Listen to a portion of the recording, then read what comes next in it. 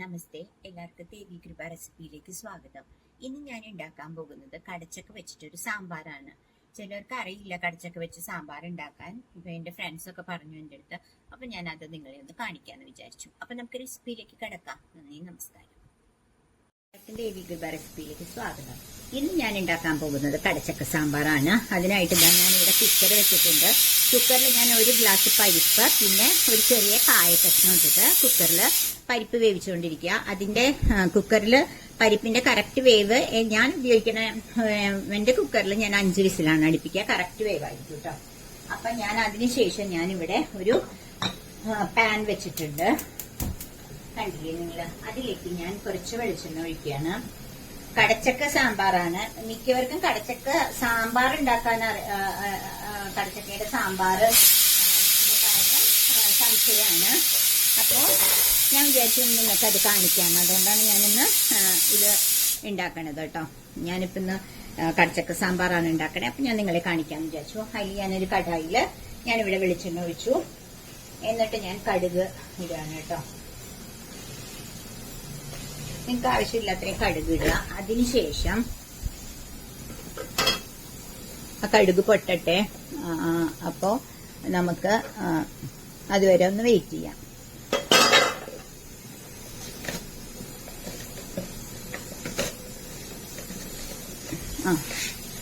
ഒരു കാര്യം മറന്നുപോയി. കടുകിന്റെ കൂടെ ഞാൻ ഉലുവയും കൂടി ഇടാറുണ്ട് കേട്ടോ. അത് ഞാൻ മറന്നുപോയി.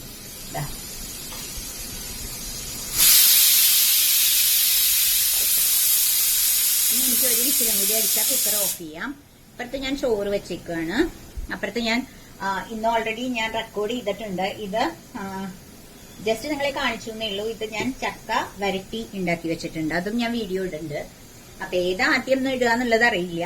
അപ്പൊ ഇപ്പൊ ഞാൻ കാണിക്കുന്നത് എന്താ പറയാ, കടച്ചക്ക സാമ്പാർ. അപ്പൊ അതിന് ഞാനൊരു കടച്ചക്കയുടെ ഹാഫ് എടുത്തിട്ടുണ്ട് കേട്ടോ. ഞങ്ങൾക്ക് ഒരു പ്രാവശ്യത്തേക്ക് മതി ഇന്ന് സാമ്പാർ. അപ്പൊ അതോട്ട് ഞാൻ ഒരു കടച്ചക്ക ഹാഫ് എടുത്ത് കട്ട് ചെയ്ത് വെച്ചിട്ടുണ്ട്. ഇവിടെ ഞാൻ ഉലുവയും കടുകും എന്റെ സാമ്പാർ കറക്റ്റായി 5 വിസിലായിട്ടുണ്ട്. കുക്കർ ഞാൻ ഓഫ് ചെയ്തു. ഇവിടെ ഞാൻ അതിന്റെ കൂടെ 2-3 മുളകും കൂടി ഇട്ട് കൊടുക്കുന്നുണ്ട്. കണ്ടില്ലേ? എന്നിട്ട് ഇത് കടച്ചക്ക ഉണ്ടാക്കുമ്പോ ടേസ്റ്റ് കൂടാനും കടച്ചക്ക കുഴയാതെ ഇരിക്കാനുള്ള ഒരു ഇതാണ് കേട്ടോ ഞാനിപ്പോ കാണിക്കുന്നത്. ഇങ്ങനെ ഉണ്ടാക്കണം. ഓൾമോസ്റ്റ് ഞാൻ എല്ലാം എന്റെ സാമ്പാർ നിങ്ങൾ കണ്ടിട്ടുണ്ടെങ്കിൽ അറിയാം, ഞാൻ എല്ലാം വഴറ്റിയിട്ടാണ് യൂസ് ചെയ്യുക. മീൻസ് ഉണ്ടാക്കാറ്. ഇപ്പൊ സാമ്പാറുകളെല്ലാം വെജിറ്റബിൾസ് എല്ലാം വഴറ്റിയിട്ടാണ് ഞാൻ യൂസ് ചെയ്യുക. കടച്ചക്ക സാമ്പാറിൽ പ്രത്യേകിച്ച് അങ്ങനെ തന്നെ വേണം. ഇപ്പൊ ഇത് പൊട്ടട്ടെ, എന്നിട്ട് ഞാൻ നിങ്ങളെ കാണിക്കാം കേട്ടോ.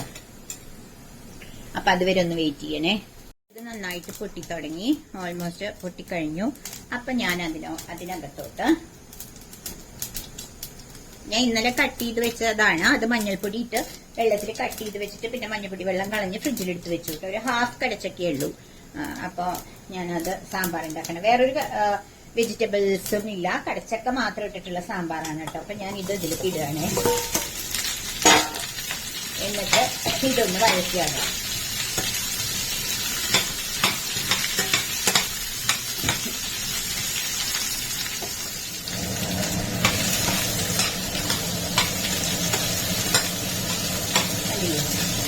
ഇതൊന്ന് ചെറുതായിട്ട് വഴറ്റിയ ശേഷം നമുക്ക് മല്ലിപ്പൊടി ഇടാം. അപ്പോൾ എൻ്റെ അടുത്ത് 2-3 പേര് ചോദിച്ചിരുന്നു എങ്ങനെയാ മല്ലിപ്പൊടി മുളക് പൊടി പറയണതെന്ന്. കണ്ടിട്ടാണ് ഞാനിപ്പോൾ കാണിച്ചു തരാം. ഞാനിപ്പോൾ 1 കിലോ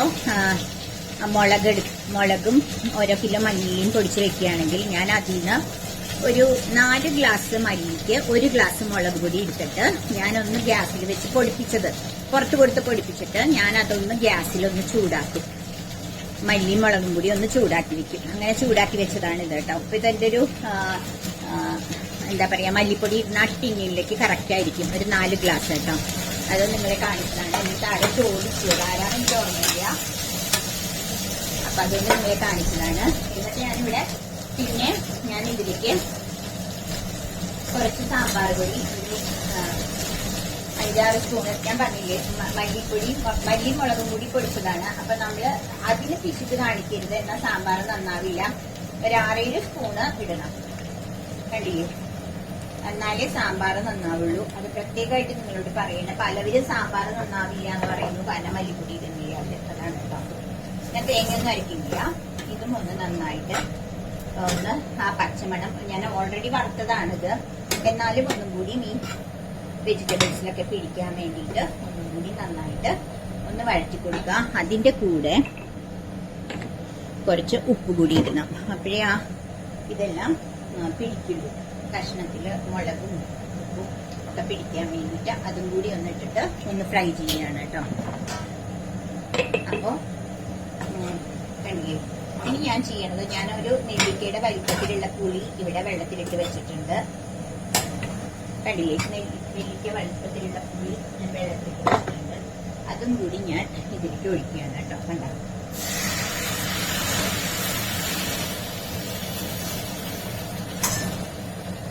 ഒഴിച്ചിട്ട് ഇപ്പൊ ഞാൻ ഗ്യാസ് ഓൺ ആണ് കേട്ടോ. ഇത് ഒഴിച്ചിട്ട് ഞാൻ ഒന്ന് തിളയ്ക്കേണ്ട ആവശ്യമൊന്നുമില്ല. അത് ഓൾറെഡി ഇപ്പൊ ഗ്യാസിൽ ഇരിക്കുകയാണ്.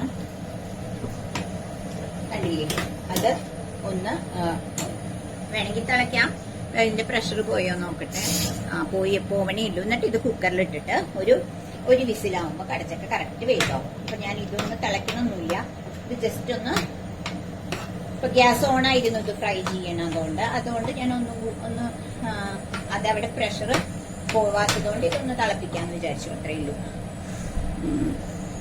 ഇപ്പൊ ഏകദേശം ഒന്ന് തിളച്ച് വരുന്നുണ്ട്. ഞാൻ ഗ്യാസ് ഓഫ് ചെയ്തു. അവിടെ കുക്കറില് പരിപ്പിന്റെ പ്രഷർ പോയിട്ടില്ല. സാമ്പാർ ആയി കഴിഞ്ഞു.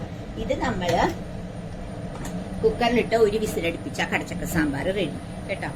അപ്പൊ അതാണ് ഞാൻ നിങ്ങളെ കാണിച്ചു തരാം ബാക്കി. ഇപ്പൊ ഞാൻ പ്രഷർ പോയി, കുക്കർ തുറന്നു കേട്ടോ. തുറന്നപ്പോ നിങ്ങൾക്ക് കാണാം. ഇതാ ഞാനൊന്ന് കാണിച്ചു തരാം. ശരിക്കും കണ്ടോ, ആ നടുക്ക് കിടക്കുന്നത് കായാണ്. ഞാൻ ഒരു പീസ് കായ ഇടാറുണ്ട് കേട്ടോ. കണ്ടോ, കറക്റ്റ് വേവ് 5 വിസില്.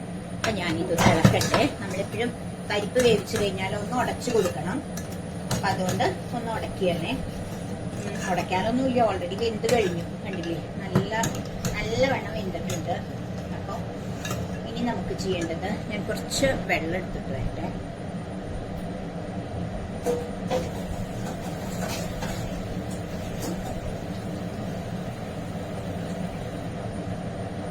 അപ്പോ നമുക്കിപ്പോ പരിപ്പിൽ കുറച്ച് വെള്ളം കൂടി ഒഴിക്കാം കേട്ടോ. കുറച്ച് വെള്ളം ഒഴിച്ചു. എന്നിട്ട് ഞാൻ നമ്മള് ഇവിടെ ഓൾറെഡി റെഡിയാക്കി വെച്ചില്ലേ കടച്ചക്ക, അതെല്ലാം ഈ മസാലയോടുകൂടി ഇതിലേക്ക് ഇടാണ്. എന്നിട്ട് ഞാൻ കുറച്ച് വെള്ളം കൂടി ഒഴിച്ചിട്ട് ആ ഒരു മസാലയുടെ ഇത് ഒന്ന് എല്ലാം ഇതിലേക്ക് ഒഴിക്കുകയാണ് കേട്ടോ. കഴിഞ്ഞു നമ്മുടെ കടച്ചക്ക സാമ്പാർ റെഡി. നല്ല അടിപൊളിയായിട്ടുള്ള കടച്ചക്ക സാമ്പാർ പകുതിയായി. ഇനി കടച്ചക്കയും കൂടി കുക്കായാല് നല്ല അടിപൊളി സാമ്പാർ ഉണ്ടാക്കുക. നമുക്ക് എല്ലാവർക്കും കടച്ചക്ക സാമ്പാർ ഉണ്ടാക്കാറില്ല എന്നാണ് ഞാൻ മനസ്സിലാക്കിയിരിക്കുന്നത്. അപ്പൊ അതുകൊണ്ട് ഞാൻ ഇന്ന് കാണിക്കുന്നത് കേട്ടോ. ഞാൻ ഗ്യാസ് ഓഫ് ചെയ്തു. ഇനി കടച്ചക്കയുടെ വേവ് എന്ന് പറയുന്നത് 1 വിസിലാണ് കേട്ടോ. അതും കറക്റ്റാണ്. ഞാൻ എല്ലാം കുക്കറിൽ വിസിൽ നോക്കിയിട്ടാണ് കുക്ക് ചെയ്യാറ്. അപ്പൊ എന്റെ ഇതില് 1 വിസിൽ. അപ്പൊ 1 വിസിലടിച്ചാൽ ഓഫ് ചെയ്യാം. എന്നിട്ട് ഞാൻ നിങ്ങളെ കാണിച്ചു തരാം. ഓക്കെ, അപ്പോ പ്രഷർ പോയിട്ടോ. കുക്കറിന്റെ ഒരു സെക്കൻഡ് കഴിഞ്ഞാൽ തുറക്കാം. പോയി സാമ്പാർ, കടച്ചക്ക സാമ്പാറായി. ഗ്യാസ് ഓൺ ചെയ്തിട്ടില്ല. ഞാനിപ്പോ ചെയ്യണത് ജസ്റ്റ് ഇതൊന്ന് ഇളക്കി നോക്കട്ടെ. ഓക്കെ, കറക്റ്റ് കേട്ടോ. കുക്കിംഗ് ടൈമൊക്കെ കറക്റ്റാണ്. കണ്ടില്ലേ, നല്ല അടിപൊളി സാമ്പാർ വന്നിട്ടുണ്ട്. പക്ഷെ വല്ലാണ്ട് കുറുകിയിരിക്കരുത്. ഞാൻ ഗ്യാസ് ഒന്ന് ഓൺ ചെയ്തിട്ട് കുറച്ച് വെള്ളം ഒഴിക്കണേ. ഇത് തിളപ്പിച്ചാറ്റിയ വെള്ളമാണ് കേട്ടോ ഒഴിക്കണത്. നേരെ പൈപ്പിൽ നിന്ന് എടുത്ത് നമ്മൾ ഇത് ഒഴിക്കരുത്. കാരണം ഓൾറെഡി സാമ്പാറിന് ചൂടുള്ളത് കൊണ്ട് ആ ടേസ്റ്റ് വ്യത്യാസം വരും. അപ്പൊ തിളപ്പിച്ച് വെള്ളം ഒഴിക്കണം. ഇപ്പൊ എന്നിട്ട് ഞാനിതില് അത് തിളയ്ക്കുമ്പോൾ ഞാൻ കുറച്ച് മല്ലിയില കഴുകിയെടുത്തിട്ടുണ്ട്. അതൊന്ന് ഞാൻ കട്ട് ചെയ്തിടാം. അപ്പൊ ചോപ്പറിന്റെ ആവശ്യമൊന്നുമില്ല, ഞാനൊരു സിസേഴ്സ് വെച്ച് കട്ട് ചെയ്യാണ്. അപ്പൊ ഞാൻ ഇപ്പോൾ കരിവേപ്പില ഇട്ടിട്ടില്ല. കാരണം മല്ലിയില ഇടുന്നതുകൊണ്ട് ഞാൻ കഴുകി വെച്ച മല്ലിയിലയാണ്. മല്ലിയില ഇടുന്നോണ്ട് ഞാൻ പിന്നെ എന്താ പറയാ, കരിവേപ്പില ഇട്ടില്ല. മല്ലിയില മാത്രമാണ് ഇട്ടേക്കണത് കേട്ടോ.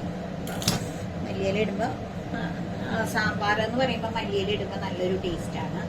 കണ്ടില്ലേ, നല്ല കുറുകിയ സാമ്പാർ. കടച്ചക്കതാ നിങ്ങൾക്ക് കാണുന്നുണ്ടാവുമെന്ന് വിചാരിക്കുന്നു. ഒട്ടും കുഴഞ്ഞിട്ടുമില്ല. നല്ല അടിപൊളി സാമ്പാറായിട്ട് കിടക്കുന്നുണ്ട്. കണ്ടില്ലേ നിങ്ങൾ. ഇനി നിങ്ങൾക്ക് ഇത്രയും കുറുക്ക് വേണ്ടെങ്കിൽ കുറച്ചും കൂടി വെള്ളം ചേർക്കാം. ഇവിടെ ഇത്രയും കുറുക്കിൽ വേണം സാമ്പാർ കേട്ടോ. അതുകൊണ്ടാണ് കണ്ടില്ലേ നല്ല കടച്ചക്ക സാമ്പാർ. അപ്പം അതൊന്ന് തിളക്കട്ടെ, എന്നിട്ട് ഞാൻ നിങ്ങളെ കാണിച്ചു തരാം. അപ്പം ഞാൻ ഗ്യാസ് ഓൺ ചെയ്ത് വെച്ചേക്കുകയാണേ. ഇതാ അപ്പം കടച്ചക്ക സാമ്പാർ റെഡി ആയിട്ടോ, തിളച്ചു എല്ലാം നല്ല. ഇതാ കണ്ടില്ലേ നിങ്ങൾ, കടച്ചക്കയുടെ കഷ്ണങ്ങളൊന്നും വെന്ത് കുഴഞ്ഞിട്ടില്ല, കറക്റ്റ് പ്രപ്പോർഷനിലാണ്. സാമ്പാർ കുറച്ച് കുറുകിയിരിക്കുന്നുണ്ട്, വേണമെങ്കിൽ നിങ്ങൾക്ക് ഇതിൽ വെള്ളം ചേർക്കാം. അപ്പോൾ ഇപ്പോൾ കടച്ചക്ക സാമ്പാർ റെഡിയായി. നിങ്ങളെല്ലാവരും ഈ റെസിപ്പി ഒന്ന് ട്രൈ ചെയ്ത് നോക്കുക. നിങ്ങൾക്ക് ഇഷ്ടപ്പെട്ടെങ്കിൽ നിങ്ങളൊന്ന് ഷെയർ ചെയ്യണേ, അതുപോലെ തന്നെ ലൈക്ക് ചെയ്ത് കമൻറ്റ് ചെയ്യണം. അപ്പോൾ അടുത്തൊരു റെസിപ്പിയായി വരുന്നവരെ എല്ലാവർക്കും എൻ്റെ ബായ്.